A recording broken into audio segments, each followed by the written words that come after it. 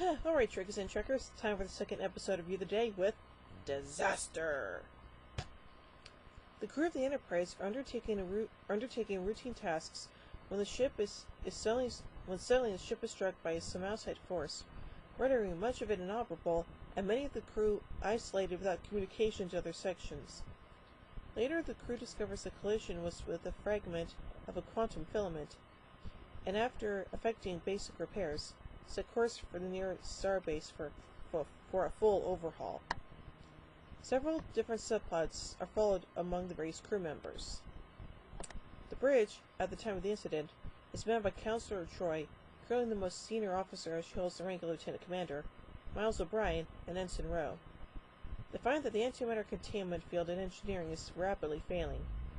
Rowe suggests that they split the drive section of the Enterprise off to save those in the saucer section, but O'Brien considers this cold-blooded, and Troy rules against it. It says she's just a plan to divert a supply of their minimal power reserves to engineering to the appropriate panel, hoping that someone there will rectify this situation. This is later done by Commander Riker and Lieutenant Commander Data. Rowe apologizes for considering such a hasty action. Yeah. Riker and Data are in 10 forward along with Worf and a pregnant Keiko O'Brien at the time of the disaster. With silver injuries, Riker assigns 10 forward as a triage area, with Worf and Keiko helping.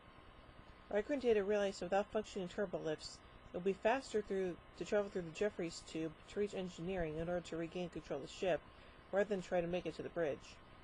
In engineering, they find that the computer remains offline, and Did offers to use his own positronic brain to gain control of the ship's systems. Riker discovers the operating panel that indicates the containment field failure, and he and Data quickly set up the proper connections to restore it until regular computer operation is restored. Captain Picard has the dubious honor of giving a guided tour of the ship to 3 children that won a science fair, a task he has not been looking forward to. Oh gee, I wonder why. They are aboard the turbolift when the accident occurs, and Picard suffers a fractured ankle from the sudden stop. He calms the children down, and to boost their morale, assigns them honorary command roles. With their spirits renewed, Picard and the children start to climb out of the turbolift and up the shaft until they are able to access lift doors on another floor and climb out safely. Picard comes to appreciate the children and offers to give them another tour once the situation has been resolved. Dr. Crusher and Lieutenant Commander LaForge are in a cargo bay examining a recent supply of thruster fuel.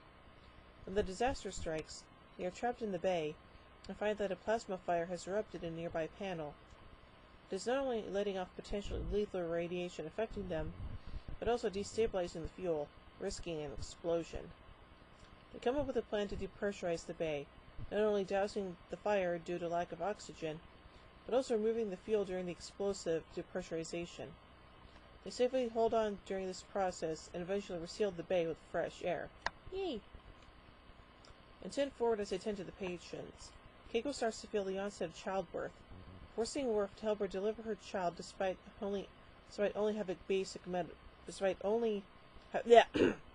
having only basic medical training. Though the delivery is tense, Keiko's child, Molly, is delivered safely. Aw, that's kinda nice. So overall, I think this is a pretty unique episode, and the fact that there are several different subplots running throughout is actually kind of cool too. So overall, I give Disaster 4 warp cores out of 5. Well, join me soon as we take a look at the game. Ooh. So until then, live long and prosper, everybody.